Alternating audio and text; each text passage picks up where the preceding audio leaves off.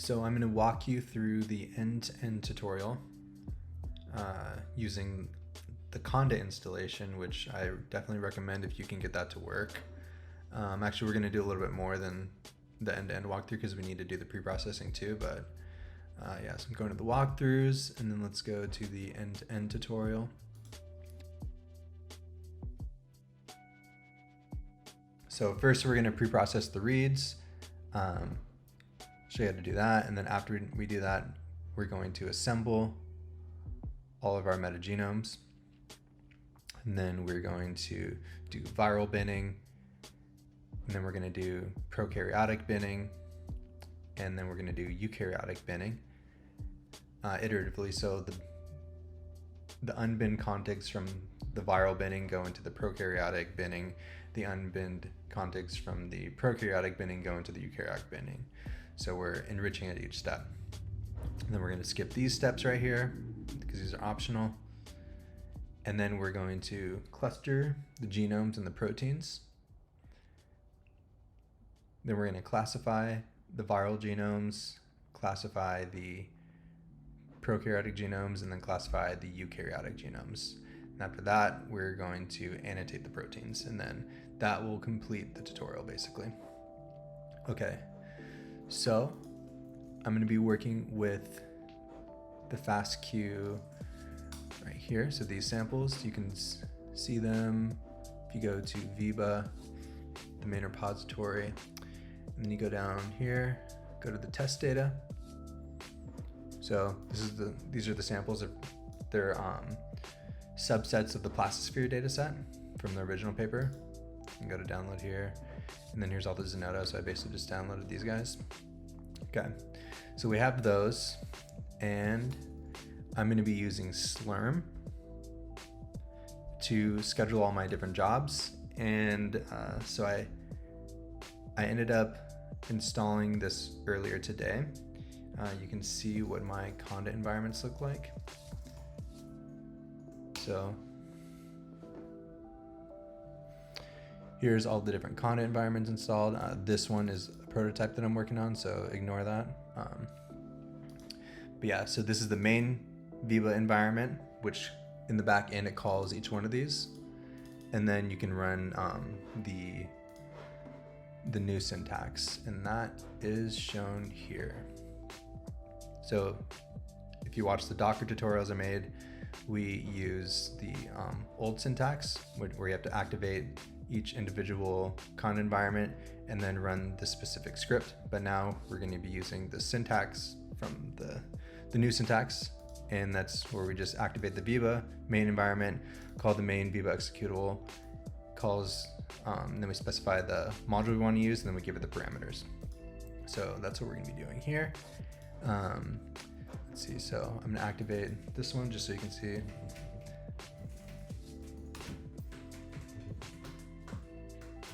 My bad. Okay, so let's make sure that our pre-process script is in here.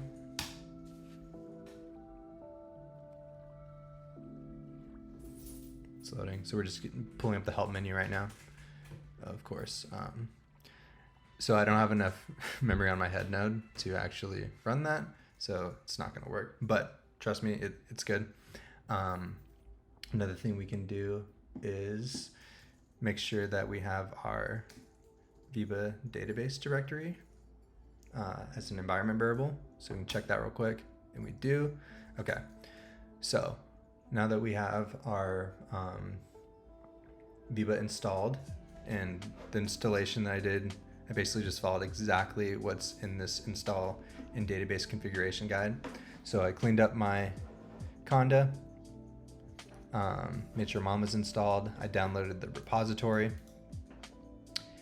and then I cd'd into the install directory, ran this bash install. So I just did it the default way. So it just outputs all the directories into my main Conda environment directory. But you can customize that if you want, which is useful on AWS. And then let's see, so the next stage, so I had to allocate like 16 gigabytes of memory for that. mainly from checkm2 and anti-smash, because they run some stuff in the back end for the configuration that requires more memory than I can handle on my head node. And then for the database download, basically just activate this database environment, and then you run this database download script.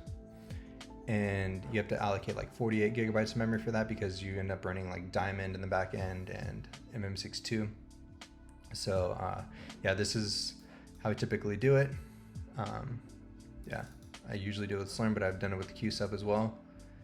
And yeah, and then you can check your installation with this script right here. And then yeah, I kind of went to another video, but if you download like a new version or something, you can update your scripts with this. And then if you move your database or you download a new database or something, you can update your environment variables with this script here. And then of course there's an uninstall script as well. But that's not really what this tutorial is about.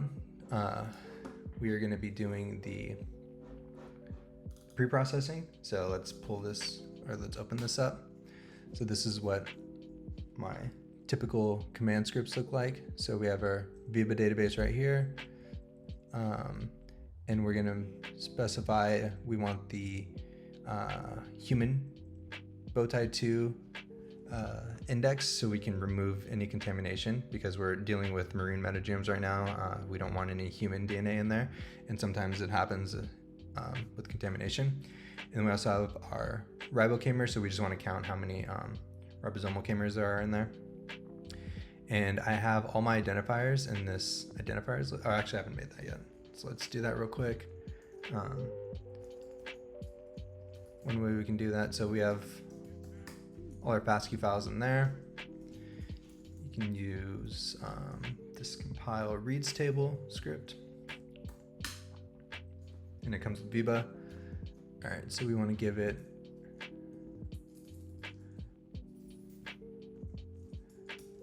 the FASTQ directory, because we're using mode 2 here. And let's see how that looks. Oops. So we want to give it that, but we have to specify the pattern. So the naming scheme, the default is this. But that's not what ours matches. Ours is gonna not have these 001s on this, and it's not gonna have this R here. Okay. So that's our reads table.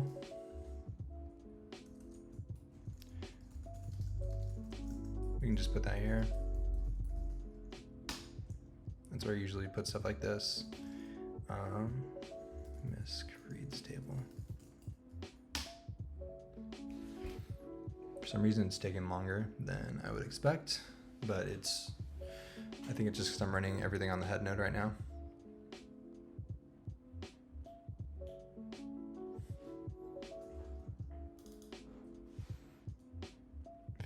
Done. Yeah, I don't know why it's taking so long. Okay, and then let's use cut for that first column, and let's just call that identifiers at list. Okay, so back to our preprocess script. Okay, I already explained this. And then for ID and identifier, so we're just iterating through that identifiers list. All of our files are in here. And then we're going to name it preprocessing __, then our ID. And then we want to make this logs directory, so we should probably do that here. So we want all our logs in there. And then, yeah, so here's our command. So we're going to activate the main VEBA environment, call the main VEBA executable, our preprocess module, then we do our params, and then you have to add a slash here. I think it's a /.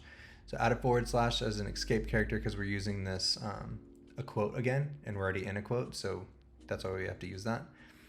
And then, yeah, so we have our name is our ID, we have our R1, R2 files, number of jobs, so we're going to do 4 threads per job. And then, yeah, we have our contamination database right there, and then our ribosomal database, and notice the other escape character here. And then we're going to use SBatch. So we're using the Slurm job scheduler. and sbatch is the command that we're going to use for this. Yeah, so the job name is here. This is going to be specific for your machine, this partition right here. We want one node per job, and then we're going to use the 4 threads here in task per node 1. This is an environment variable that I have set up, but this is an account code, so you'll have a specific one. And then we're going to write our output, our standard out into the logs output, and then our standard error into the logs directory as well. Make sure to export all your environment variables. So that's what this is. And we want to allocate 6 hours to this. I mean, it should run in a couple minutes, probably like 3 minutes. So we don't need that, but you get refunded for the time. So I usually add more time than I think I need, as long as it's reasonable. And then I want to use 8 gigabytes of memory for each of these jobs. And then we wrap our command, and the command is right here. And then done. Yeah, okay, so that is going, and let's run that. So we just scheduled 4 different jobs, and then I'm going to run sqme. Yeah, okay, so now we can see that they're running. So that's good. Let's check those logs. They're not there yet, but they should be very soon.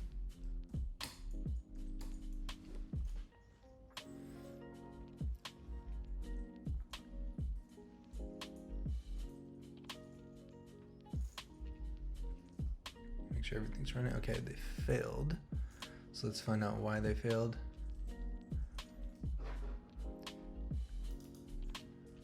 Probably some path or something. Oh, duh. Okay, so when you run Slurm, make sure to do it from your base environment. Just should have remembered. Because it's not finding that activate script, which I need. So let's just make sure that none of these are running. Okay, none of them are running. Let's remove everything that was in that logs directory, and let's run it again. Okay, so 4 new jobs. We're running it from our base environment, so we actually have the activate command in there. So if you look at what we ran earlier, basically when I was in a different conda environment, it wasn't recognizing this. So we have to go to our base environment to actually access that. And the reason why we don't do conda activate here is because for some reason it keeps trying to initialize. So right now we're just doing the source activate instead of conda activate. And that is the only difference there. So let's check this out again. Make sure they're running. They are running. They're in a PD state. I don't know what that means, but it should be running. Oh, it's pending. So yeah, basically it's pending, and then it'll start running, and then we can see the logs here. Okay, so it's running now. That's what that R means. Okay, now that we have the logs open, so let's do tail. Let's start from line number 1, and then let's follow. So it's gonna actively update, and we're gonna be looking at the pre-processing run for S1. And notice that all of them are running at the same time right now. So this is much better than running them sequentially, especially for longer steps like the assembly. Okay, so everything's working. Yeah, it'll take probably 10 minutes, and then I'll jump back on here, and I'll see you then. Okay, so it finished running, and yeah, this one only took 1 minute and 30 seconds. We can see all the different steps running.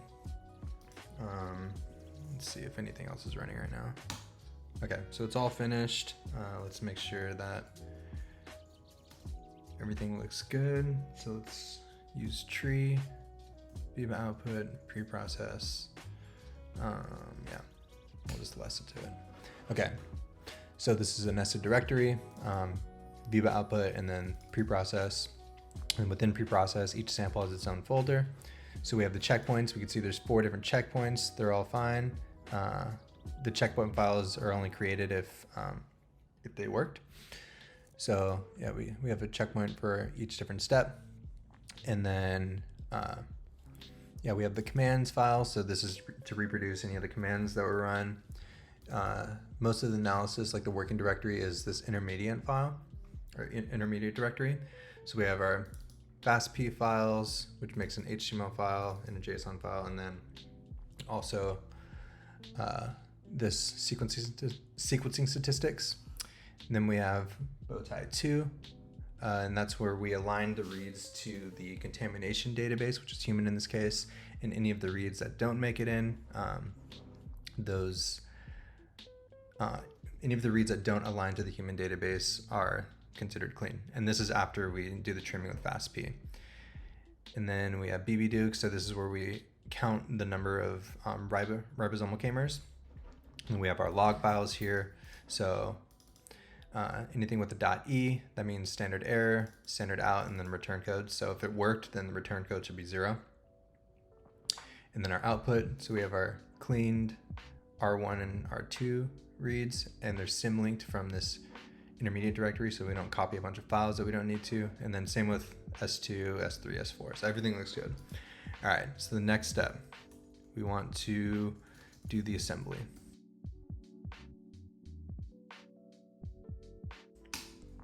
So it's a pretty similar setup. I'm going to use 4 threads here. Let's see. We're going to write to this assembly directory. We're going to iterate through our identifiers. Our name is going to have assembly and then ID in it. Now our R1 and R2 reads are going to be the cleaned 1 and 2 reads. Okay, so this is an example of the old syntax, and let's adapt it to match the new syntax. All right, so let's do that. So we're going to run the assembly module, and let's set these as params. Escape character, parenthesis, escape character, or quotation, sorry. All right, and yeah, so this all looks good. We're going to run this for a maximum of 48 hours, which is the maximum on this machine. It's not going to take that long though, probably take a couple hours. And then we're going to allocate 32 gigabytes of memory, which is more than enough for these samples. And we're going to be running metaspades. If we wanted to run something like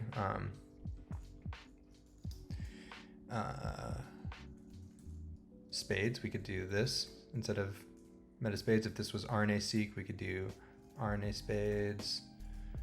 We could also use megahit too, but we're not going to do that. So we're just going to run this. And this doesn't need a database or anything, it just runs. So again, you can check it, everything looks good. And yeah, so I'll come back to this in a couple hours.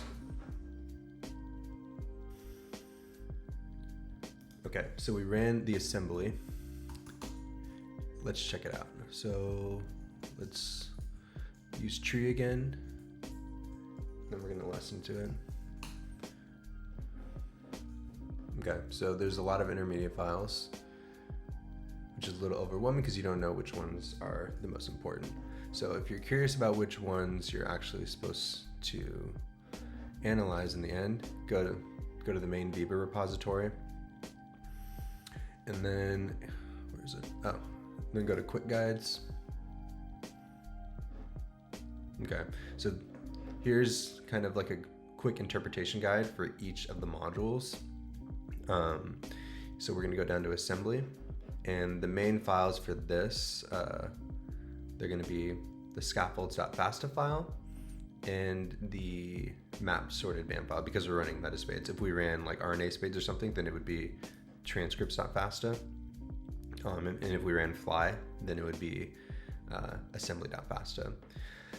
And if you go to the pre-processing one, so we already ran this, you can see that the cleaned reads are here. We opted to not have the contaminated reads saved, but you can turn that on if you want. It just adds a lot more lot more files that you need to look at, and most people don't need this. Okay, so we're gonna look at these scaffolds at FASTA files. All right, so first let's just see how big they are.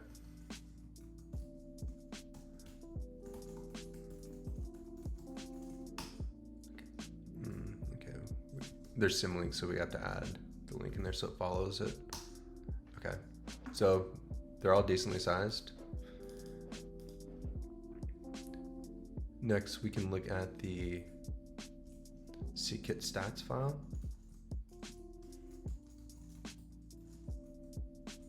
Let's check these out to get some sequence statistics.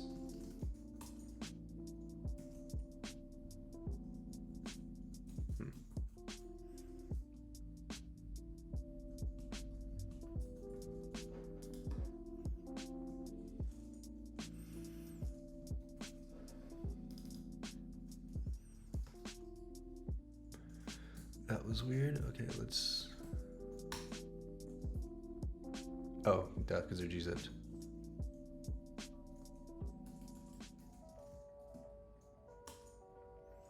Okay. So for sample 1, what's our N50? Almost 8,000. That's not bad. We have a total of 32,529 contigs or scaffolds, and they total to that. Okay, so the assembly looks pretty good. Let's check out the more complicated assembly, which is simple 4. Also a decent N50, similar number of total contigs and everything. Okay, so the next thing we want to do, let's go back to the main repository, and then we're gonna go to the walkthroughs, back to the end-to-end metagenomics analysis, and then, okay, so we just did the assembly. Now we wanna recover viruses from the metagenomics assemblies. So let's go down to 3. I should probably put links there. All right, so we want to use at least 20 gigabytes of memory here. Here's a description on how to run it. Here's the commands that I usually use. Again, it's a for loop, and then it also tells you the main output files here in the actual walkthrough. Okay, so I already prepared it. Let's check it out. All right, so we're gonna use 4 threads again. This is all pretty standard boilerplate. The input is going to be the FASTA file from the assembly, and let's see. Okay, so this is the old syntax again. Let's change that. I mean, we could run this; it's fine. Actually, let's do this. Oops. So yeah, we could run the old syntax, but since we're using Conda here, we can just use the new syntax.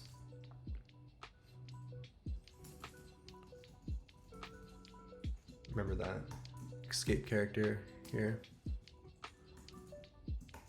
and here. Okay, so we are going to be running with 4 threads. Minimum contig length we're going to look at is 1500, and the reason why we're doing it here is because things can get kind of complicated if you filter out the length of the contigs in the very beginning, like in the assembly stage. So I usually do it in the binning stages, just because it's easier to keep track of things. Okay, so it's going to output in our main VEBA output directory under binning, under viral, and then we're going to use genomad. You could use a verifinder here if you wanted, but we are not going to do that. Let's just use genomad, which is the default, so you don't even really need to put that. Okay, so I'm going to let this run for 8 hours, which it won't take 8 hours, and this should work with 16 gigabytes of memory. I think I have 20 in the tutorial, but that's just to be safe, because these samples are pretty small. Okay. All right, so I just ran those, submitted to just the Slurm job scheduler. And let's make sure that it's working. Okay, so they're still pending. Yeah, while that's running, The main APA files we're going to need from this. So we have our bin.list file. This is a list of all the binned contigs. We have our bins.list. So this is the name of all the genomes that come out of it. If we don't find any genomes, then this is empty, but it still creates these files. Check your V results filtered. So this is obviously the check V results to measure the viral completion and the quality of the viruses. And then this is just the filtered subset that's in this bins list. And then we have our, let's see, yeah, so it runs feature counts on these, so at the ORF level. And we get our genome statistics and our CDS statistics. So for the coding sequences as well. This directory, genomes, has 4 different files for each genome. So you have your assembly, you have your proteins, your CDS, and then your gene models in GFF. And then you have this identifier mapping file, which has a table that maps between your ORFs, your contigs, and your mags. And then, let's see, so we have our scaffolds bins, which is just contig to mag. You need that for certain files, or for certain programs, which is why I made it separate here, even though it's just a subset of this. And then, of course, we get our unbinned FASTA and unbinned list. So this is a list of the unbinned contigs. And we're going to use this unbinned FASTA into our next stage right here for the prokaryotic binning. And then the unbinned FASTA from that, we're going to send into our eukaryotic binning. So let's check to make sure that this is running correctly. Okay, so they're all running. Let's do tail again, starting from the top. And then we're gonna follow it. What is it, logs, binning, viral S1. And then we're gonna do the standard out. So we can actually monitor. If we do standard error, it's just this little progress bar. So I'll usually do standard out for this. If I'm testing a new one, a new workflow, then I'll usually look at the smallest file. If I'm testing a workflow that I've already established, then I usually use the largest file so I can see when it's finished. So yeah, you can just leave this running to monitor the log for it. And then once this is done, we can do the prokaryotic binning.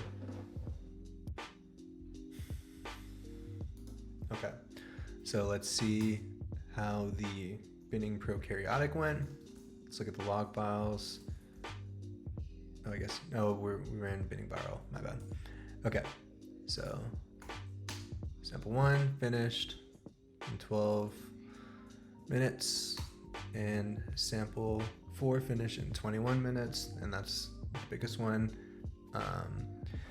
We want to look at which output files are important. We're in the main repo. We go down to quick guides again. Let's go down to binning viral. So these are the ones that we're interested in, mainly the genomes and the check-v results. Those are the 2 most useful. Okay, and I want to see how many bins total there were. So let's just concat this, use a glob. Okay, so those are all of our viral genomes. If we want to look at the quality of some of them, we can just check it out like this. So this is the check-v results. This is the genome name. This is the contig it was on, the contig length, and then the quality. And there's a bunch of other fields as well. Okay, so the next step we want to run is the prokaryotic binning. So again, we're looking at the end-to-end metagenomics walkthrough. We're going to be running this step now. Let's take a look at it. So it's a binning-prokaryotic step. So I'm going to run it with 16 threads this time. Yeah, that's the boilerplate. We're going to be using the unbinned FASTA from the viral binning. Same BAM file as before. We don't need to update that. I'm going to go through this and do the new syntax again. Though, as I mentioned, this will work, but let's just do the new syntax. binning-prokaryotic, params equals escape character, quote, escape character, quote. Okay, so that looks good. I don't want it to email me because I'll get a bunch of emails that I don't want to look at. Yeah, and we're going to use 16 gigs of memory here, allocated for 8 hours. This should be good. And just to reiterate, if I activate this prokaryotic environment, I have an environment variable called VEBA database, which is already in there. That's why I don't need to specify it. If I didn't have this, then I would need to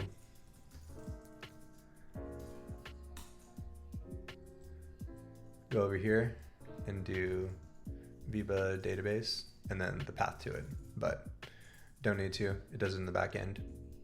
All right, so I'm gonna run this. And these ones we need to run, we need to wait for them to finish before we run the eukaryotic one because we're gonna get the unbinned contigs here. But there's other steps you can run simultaneously, but for the binning, we're gonna wanna do viral, then prokaryotic, then eukaryotic. All right, let's tail this from the beginning and we'll follow it. It's still pending right now.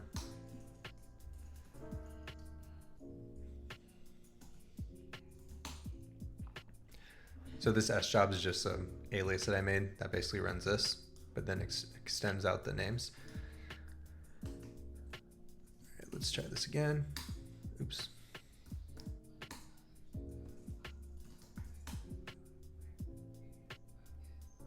Yeah, the log files aren't created yet. There's a little bit of a delay.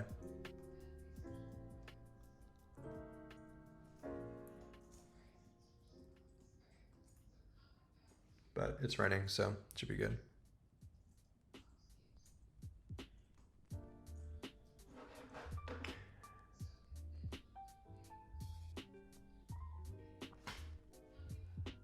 All right, next up is going to be running the eukaryotic binning, which takes a little bit longer than the prokaryotic binning because of meta-euc.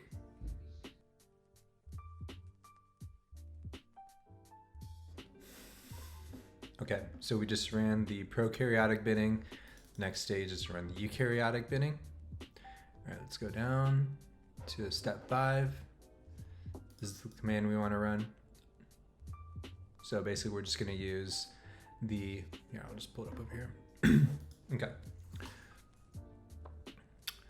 So for the prokaryotic binning, here's all the output files. You can see them here.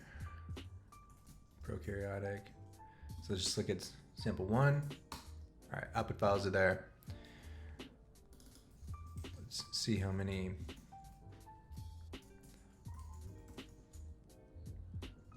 bins were in sample 1, 2, all together. 14 bins. Okay, so that's what we expected. All right.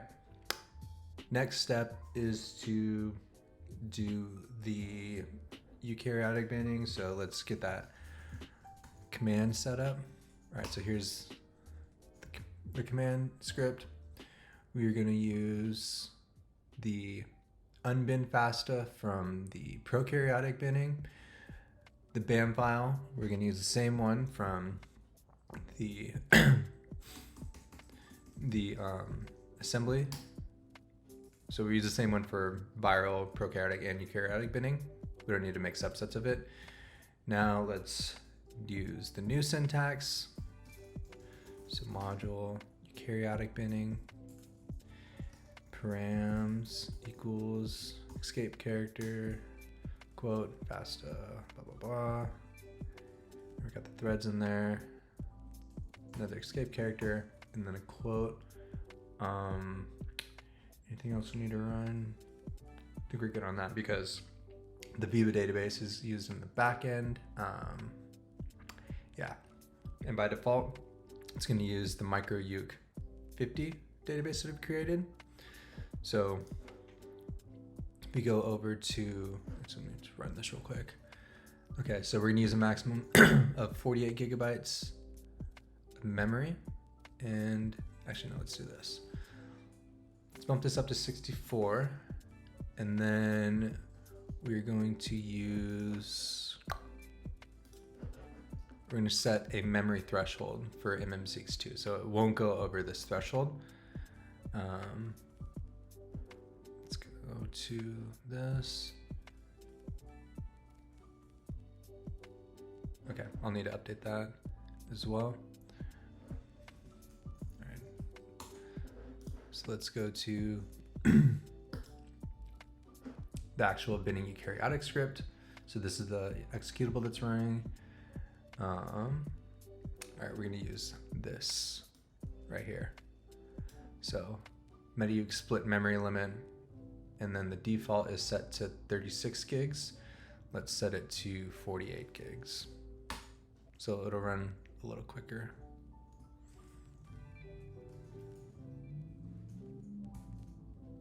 Actually, no, 36 gigs will work. Let's just keep it at 36. Is it GB or G? Yeah, so let's leave it at 36 gigs, 48 right here. If this was a bigger sample, then we could bump this up to 64 and 48. But make sure that this is a little bit lower. I usually do like 75% of the total memory available, just in case it goes over. Okay, so that looks good. Yeah. And let's run that.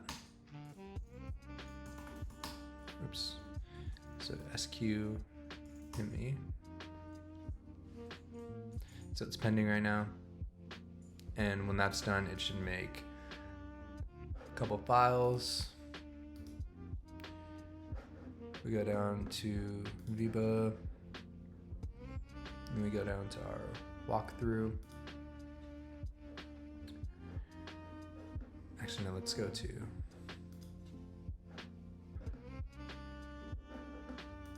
quick guides. And then, where is it? Binning-eukaryotic. So it's really similar to the output of the prokaryotic, but we're also going to have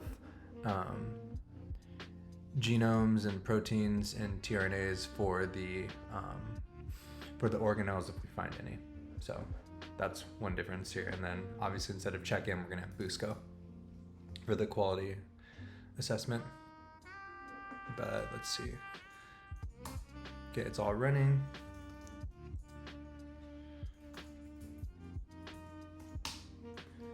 Everything's good to go. So I'm going to use tail, start from the top of the file, and then I'm going to follow it. Okay, so I'll just let this run. This step's going to take a bit. Actually, no. Step 1 doesn't take long. The metagenomics step takes longer. And just so you are aware, you go to install, and you go to database. So by default, we're using the micro-euc 50 database, and it has all of these in there. So we're pulling from microcosm, phycocosm, ensemble, protus, MMETSP. So this is marine specific. This is also marine specific, and so is this one. But these other ones are not. Yeah, and this is really similar to UniRef 100, 90, and 50. So with UniRef 100, what they do is they cluster all of the genomes. So they get dereplicated genomes for UniRef 100, and then they cluster them at 90% identity to make UniRef 90, and then they cluster the UniRef 90 at 50% identity to make UniRef 50. So we do the same with micro-euc. So we have all our dereplicated micro-eukaryotic proteins for micro-euc 100, and then we cluster at 90% and then 50% here. And the details of that are in the paper if you want to check that out. So let's make sure this is still running. Yeah, still running. So I'll come back in a couple hours, and then we'll go to the next stage. All right, so it's running this eukaryotic binning wrapper that I made. If you go to bin, you can actually check out what that looks like. So we're going to go to scripts, since it's not a module. It's just a utility script. So you can see all the steps. So it runs TR to figure out which contigs are prokaryotic, eukaryotic, or if they're organelles, and then partitions out the organelle sequences.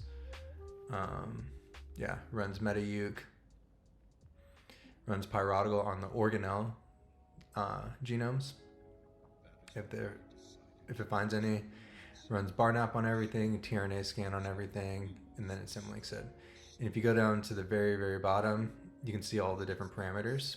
So we have different pyrotical parameters for, you can select the genetic code you want to use for mitochondrial or plastid genomes. And then, let's see what else we got. Yeah, you can also provide TR results if you already computed them.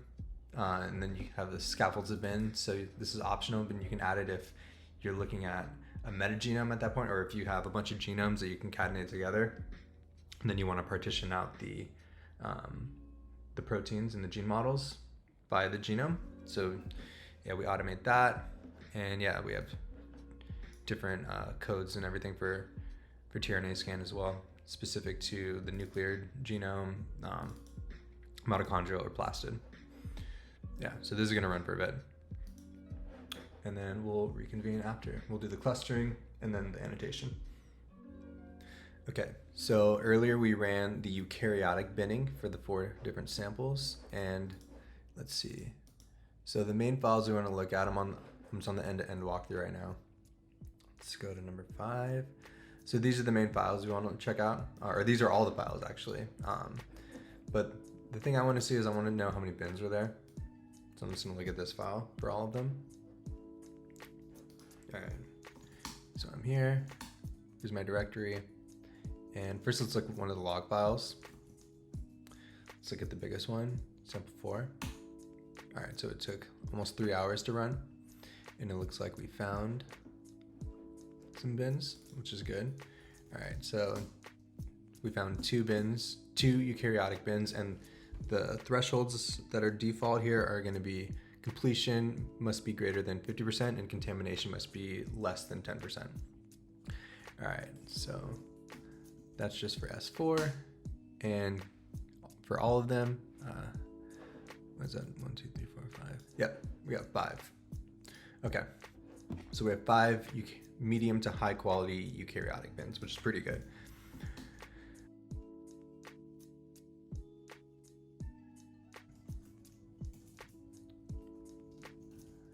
So I need to do an interactive session. I'm just copying this real quick.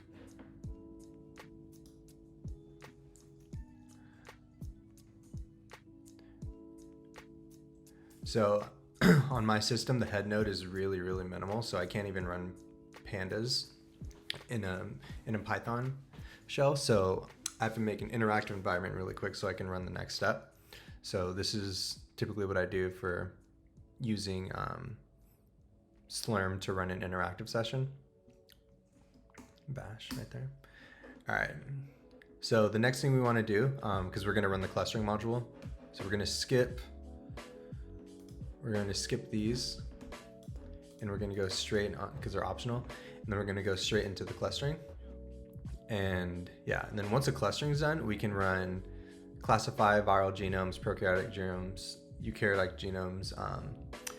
We can run all of these at the same time, and also the annotations as well.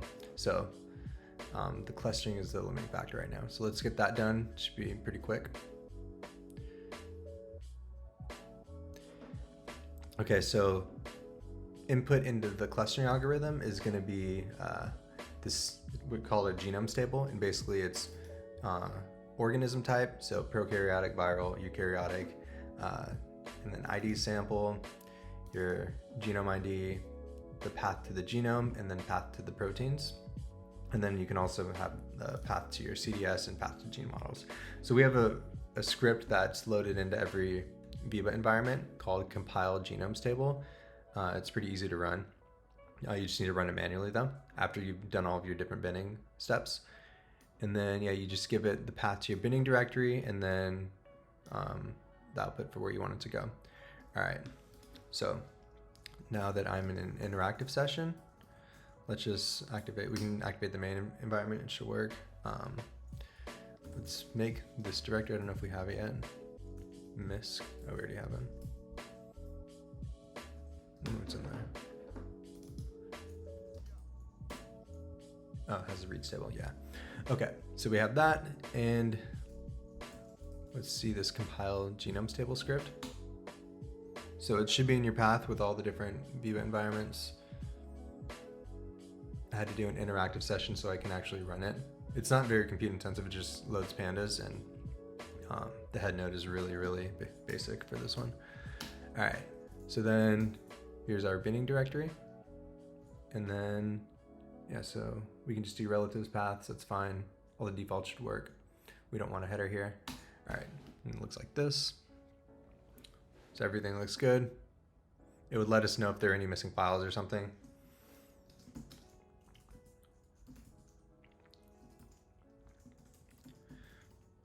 All right, so now we have our genomes table. Here's all our prokaryotic organisms, our viral organisms, and eukaryotic up here. And there's all the different file paths that go to each of the genomes and everything. So it's pretty comprehensive. All right, so the next thing we want to do is we want to run this clustering script right here. And I'm actually going to change one of the parameters in here, just so we can get some more clusters. It's this.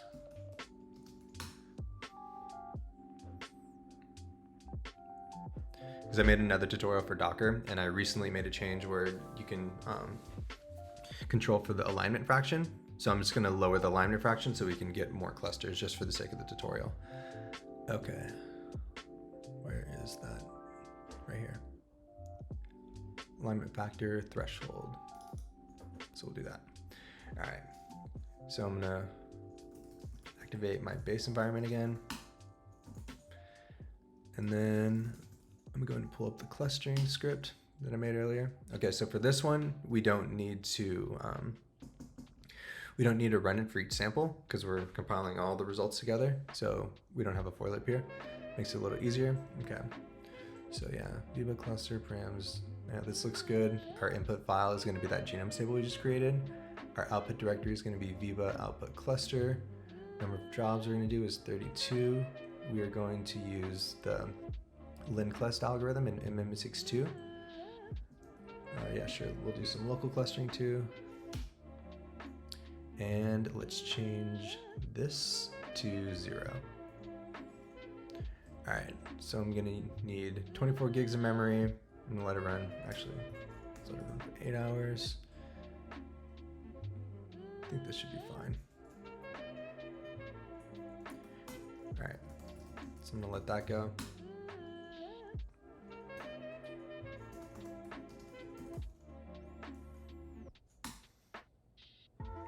Yeah, so you can see my interactive session running right now. And then you can see my cluster script is just pending, or the cluster job. Yeah, and this should take probably less than an hour. So I'll hop back on when it's done and we'll do the next steps. And we'll run a bunch at the same time.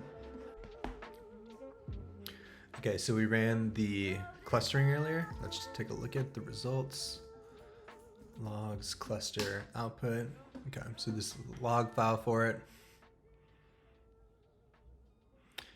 All right, so it ran, did the global clustering in 7 minutes, and then did the local clustering in 16.5 minutes. Actually, no, that's a total time. Okay, so the total time it took for both is 16.5 minutes. Since this is a toy data set, we're not really going to look at the local clustering. I just wanted to make sure it was going to work. The local clustering basically gets each sample and then clusters within the sample, but we're not going to find any genome clusters that are not singletons in these. So we're just going to look at the local or the global clustering. All right, so let's see, we'll go down here. Where's the clustering? Here we go. Okay, so this shows all the different files. There's a lot of useful files here. It depends on what you're looking for. I would say the most useful ones would be, I'm just gonna cd into this directory to make it easier. All right, so I'm in the global clustering output directory. These are the main files right here, the identifier mapping files. So, and the very basic form, we can look at it. So if we look at the genome clusters, this has the assignments. So this genome is eukaryotic. From this sample goes to this cluster right here. This stands for eukaryotic. This stands for, SLC stands for species level cluster. And then it's cluster number 1. Yeah, so it says like the total number of proteins in there, blah, blah, blah.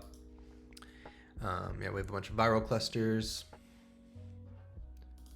These guys are from the same cluster right here. All right, so we can look at that. Let's also look at the protein clusters. Similar format. So this is going to be the protein. It's from a prokaryote, from this genome here. From this sample, it's going to be from prokaryotic species level cluster 1. And this is going to be the protein cluster ID.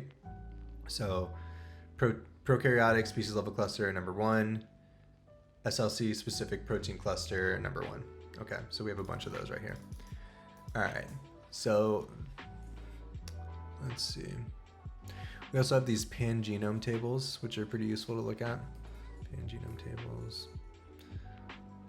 Let's check out PSLC1. So here there's 2 different prokaryotes in this genome cluster, and so each row is going to be a genome in this pangenome, and then each column is going to be a protein cluster. So this just says the number of proteins in this protein cluster within each genome. So they both have 3, they both have 2 here. This one, there's 2 proteins that cluster in this protein level cluster, and this one only has 1. So you can look at the differences and everything. It also tells you like the core proteins, the singletons that are only in specific genomes. What else do we have here? So you can check out the representative sequences. So you can use these for annotations if you just want to annotate a small subset, if you're like resource limited. I usually annotate everything if the data set isn't massive, just because there's a lot you can do with it with the full annotations. All right, so we have those. We also have these files here that you can load up into Python pretty easily. So go to genome clusters. So you can see this is a Python set. So you can load those into pandas, and then you can evaluate them pretty easily. All right, what else do we have? There's also these serialization objects. So these are the average nucleotide identity graphs, and they're network X pickle objects. So yeah, you can dive into the results, figure out what you want to do, but let's run the next steps, and we can do a bunch of these at the same time. All right.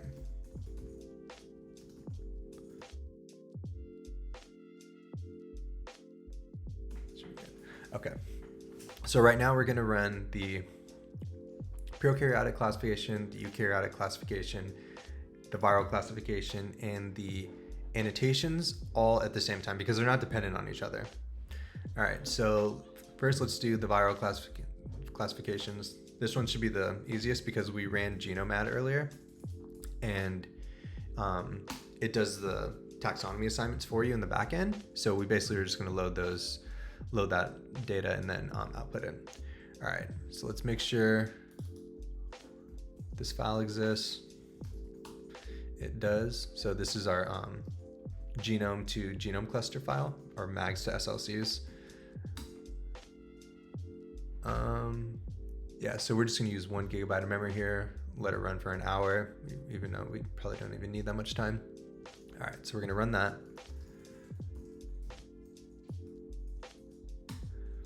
And then let's run the prokaryotic genome one. Classify-prokaryotic. Okay, so for this one, we're going to use 4 threads. That's going to be the name of it. We have our clustering file that we're going to use. Yeah, so we have the new syntax here. The input is going to be the directory to the prokaryotic binning. So there's a bunch of different, here we can go here. So there's a bunch of different inputs you could use for this. The easiest, if you're using VEBA, then you can do the, you can just give it the binning directory, but you can also give it genomes too. So let's say you got your genomes from somewhere else. You can annotate the genomes as well, using a list. So yeah, a list of the file paths, and then you can also, yeah, you can do those 2 different methods. All right, so we're gonna run that right now. Oh, and one more thing. So we are going to be running GTB-TK in the back end, and we need at least 72 gigabytes of memory. And yeah, this should be able to run in 8 hours because we're going to be able to use the ANI screen in the back end, which is extremely useful. And I already pre-built it, and it's up on Zenodo, and it downloads with the database and everything. You can see where that happens right here.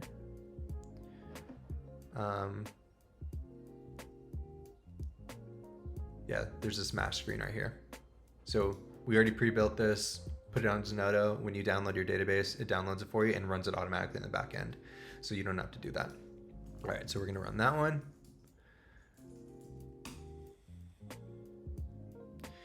And next one, let's run the eukaryotic classification. Okay, so for this one, we're going to take the results from meta-euc and we're going to basically compile them into classifications. So we're going to give it the eukaryotic binning directory, but this is a similar situation as the prokaryote, so you can give it a path to the genomes, and if you got these genomes elsewhere, then it will actually run meta-euc and stuff for you in the back end, but here we don't need to do that because we already run meta-euc, so it's just going to grab all those database files for you. Okay, so it's going to be pretty quick, but we need a good amount of memory because we have to build a large table. And yeah, so we're going to allocate 24 gigabytes of memory. Should only take probably like 20 minutes. So let's run that. And then let's make sure these are running. SQ. So one of them is not running, and I think it's because it already finished. Let's just check that. Yeah, so it already finished. So this is the viral classification, by the way. Yeah, so a lot of them are unclassified, and then we got a phage. So this is pretty typical for viruses. All right, so we have the classification running. Now we have to do the annotations. So one thing about the protein annotations is that Hammer will fail if you have a protein that is greater than 100,000 amino acids long, which is super rare, but it can happen. So I generally just filter just in case. It's only happened to me like once, and that was definitely like a false positive protein. But regardless, it's just good practice to do this. So what I typically do, let's see, where's the annotations? Classify, blah, blah, blah, range classifications, annotate. Okay, here we go. Yeah, so I run this script right here. So with pretty much every VEBA environment, I think, let's just use the annotation one right now. It installs a tool called SeqKit, which I highly recommend. This is like one of my favorite tools. I use it for pretty much all of my sequencing analysis. And then we're going to run this script right here. So basically, we're going to concatenate all of the protein files from all of the different samples from all of the different binning types, so prokaryotic, eukaryotic, and viral. Then we're going to pipe that into SeqKit-seq. The maximum protein length that we're going to allow is a little less than 100,000. And yeah, and then we're gonna write it to this file here. Okay, so let's do that. And then let's look at how many proteins we're gonna be annotating. So we're 124,000 for the most part. All right, the longest one is 13,000. So we didn't even filter any out, but I just do this just to be extra safe, because it sucks when you run an entire analysis and then you realize that it failed at the hammer step. All right, and then to run all of it at once, which we're gonna do, and we're also gonna give it the identifier mapping, so we can get annotations for protein clusters as well, and we can get the KEGG module completion ratios for each genome and each genome cluster, and it's super useful if you're trying to figure out what a genome is doing that's poorly annotated.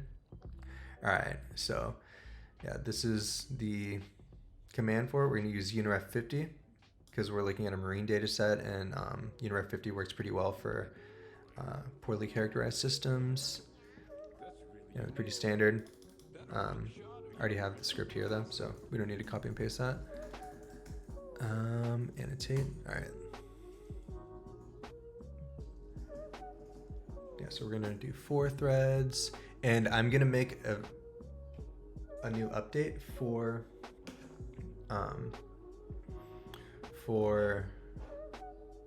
the annotation module that's going to use PyHammer instead of HMM search, and it's going to be much faster, and I'll push that release in the next month or so. I already have a working version, I just need to actually integrate it in there. All right, so we're going to run annotation module using that. We're going to use 32 gigabytes of memory, which isn't too much for this data set. And we're going to let it run for 48 hours. It's not going to take that long. It'll just take a couple hours. All right. So we're going to run that.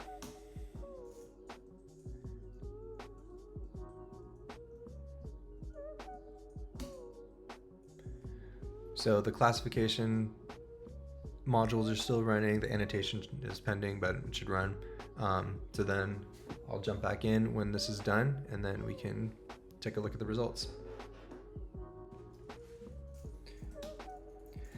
So I ran the annotation last night. It took 6.5 hours. The longest part of the annotation pipeline is definitely the COFAM scan and the HMM search against PFAM. But in the next big update, I'm going to change that so it should be a lot faster. There's a tool called PyHammer, which are like the Python bindings for Hammer, and it basically leverages the parallel processing a lot better, so it'll be much faster when we run in the future. But yeah, so let's see what the main output files are. So I'm on the complete end-to-end walkthrough right now. Go down to the bottom ish. That's classification. Where's annotation?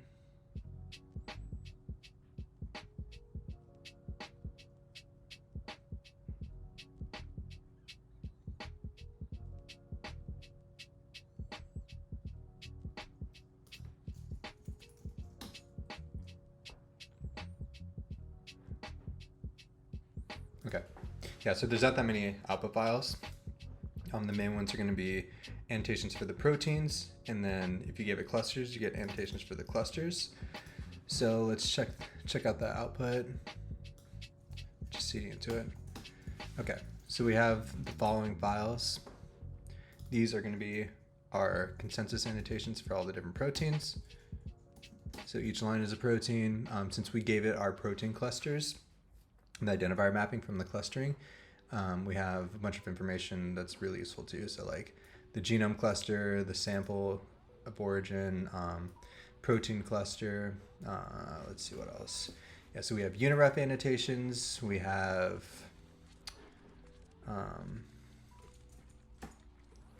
uniref annotations, MyBig, so that's the BGC database, virulence factor database, CASI.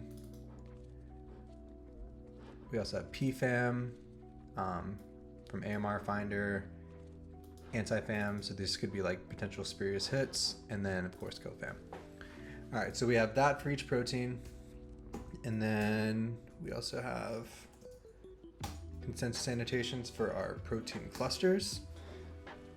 So this basically merges the results from like UniRef, PFAM, and CoFAM, and then tries to find like some consensus annotation for the entire protein cluster, because there can be two different proteins within a protein cluster that have different annotations, just because it's all string based. Okay, so another really cool thing that's output with the annotation module is the module completion ratio. So you only get this if you give it the identifier mapping, which we did. So take a look at this.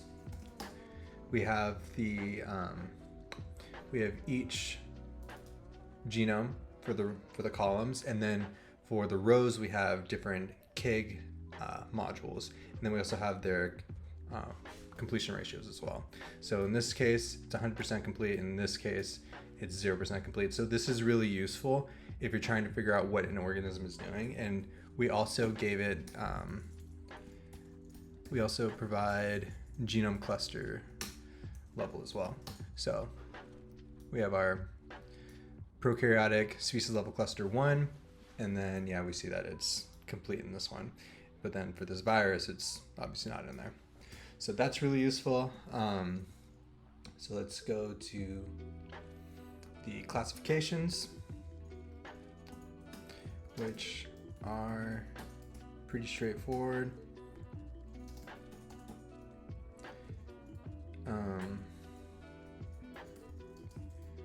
Classify. So we already looked at the viruses. Yeah, so most of these are unclassified, but we have a phage in there. Let's look at the prokaryotes. So this is basically just a wrapper around GTDBTK. You can see that here. So this is the GTBTK output. And we also have consensus annotation for the clusters if you provided that, which we did.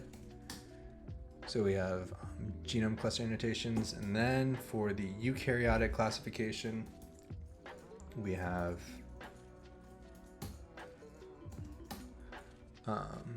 so in this case we had like 2 phylodactylum in there from 2 different samples, so those should be part of the same cluster.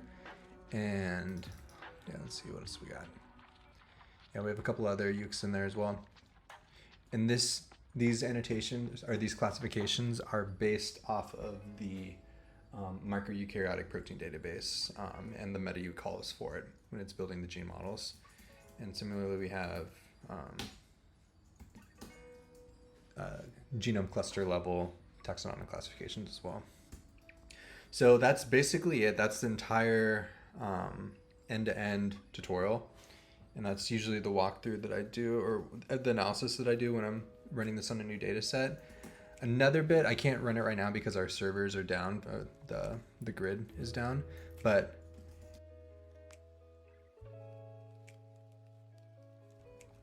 if we wanted to run the biosynthetic module, so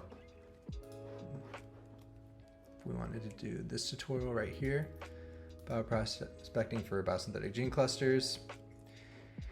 Okay, so this is the command that I would run for it. So we use our biosynthetic environment, we call our biosynthetic script, and this is the old syntax, so you can update it for the new one, which is here. We have this table or we have to make this table. So basically it's gonna have your genome and then your the path to the assembly and then the path to the gene models. So to do that, you would just basically use cut here, and we're only going to do it for the prokaryotes. So we would end up with this.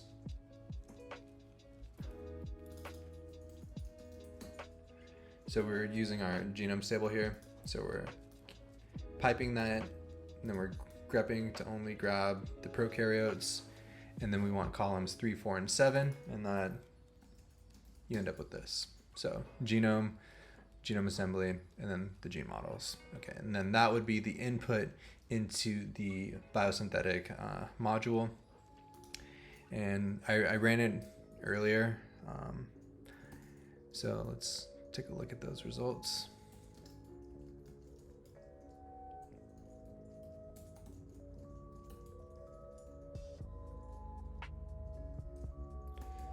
All right. So here's all the results that you get. There's a good amount of files. If you go to this walkthrough, so it just describes all the different files that you have, but the most important ones I usually denote with identifier mapping. So we have them with respect to the BGCs. So we have this really long label for the BGC, but it's pretty informative. So this is the, let's see, so this is the genome, this is the contig, and this is the BGC region. And then, yeah, so we have our genome, we have it all parsed out right here. And then, for example, like this one's a terpene. The most reliable BGCs are going to be the ones that are not on a contig edge. So you can see this one, that's on a contig edge, but this one is not. So this one is more reliable because it's internal on a contig, and it's more likely to be complete than one that's on the edge. All right, and then we also have our novelty score. So the proportion of proteins that don't align to the MyBig database would have a higher novelty score. And then, yeah, we also have virulence ratio, so the number of proteins that align to the virulence factor database. All right, so we have that with respect to BGCs. We also have it with respect to the genes, which I'm calling components here. Might change that in the future, but that's what we got right now. So it's really similar.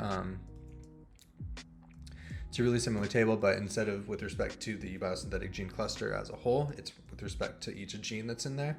And it also has the original gene IDs as well too, but I gave them these unique component IDs.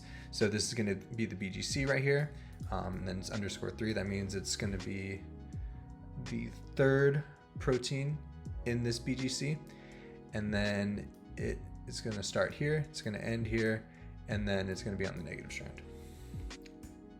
Okay, what else do we have?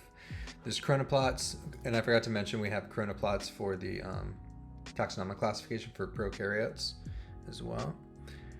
And let's see. So all the original GenBank files from, it's too much. All the original GenBank files from Anti-Smash are in here. So you can see those right there. What else do we have? Yeah, so those are useful. We have the clustering, so the BGC clusters. And this is clustering in nucleotide space. Then we have the component clusters, so that's BGCs clustered in protein space. Right there. And then we also have the representative sequences for both of those.